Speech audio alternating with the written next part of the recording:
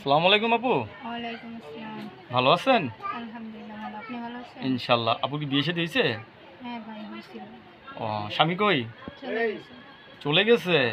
কতদিন ধরে স্বামী ছাড়া? 2 বছর। 2 বছর ধরে স্বামী ছাড়া। হুম। এখন কি সংসার করবেন আবার? হ্যাঁ ইচ্ছা আছে যদি সেরকম ভালো পাই আর কি।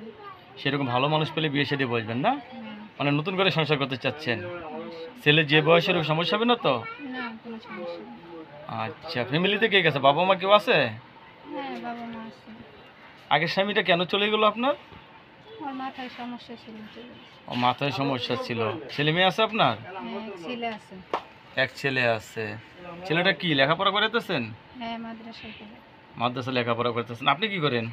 শাড়ির কাজ করে। শাড়ির কাজ করেন। যা পান তা দিকে সংসার চলে? চালাইতে কষ্ট হয়ে যায় এর জন্যই আসলাম। চালাইতে কষ্ট হয়ে যায়। হুম। শাড়িতে কত মানে প্রতিদিন কত টাকা কাজ করতে পারেন? ওইটা ঠিক নাই কোনটাকে আর কি। কন্টাকে কাজ করেন?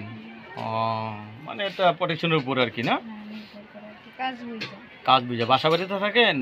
মানে হ্যাঁ ভাড়া থাকে। নিজের বাসা নাকি ভাড়া থাকেন? ভাড়া কত টাকা ভাড়া দেন? 2000। 2000 টাকা ভাড়া দিচ্ছেন।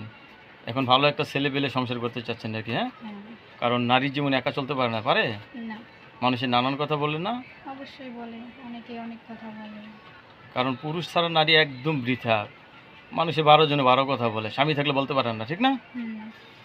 দর্শক, এই আপুর সাথে কথা বলে যে জিনিসটা জানতে পারলাম, আপু অনেক দিন ধরে স্বামী ছাড়া। আপুর স্বামীর মাথায় সমস্যা ছিল, তো আপুকে ছেড়েই চলে গেছে আপুর। আর মানে কি বলবো, মানে খুব কষ্টে আছেন আর কি আপনি, হ্যাঁ। ঠিক না?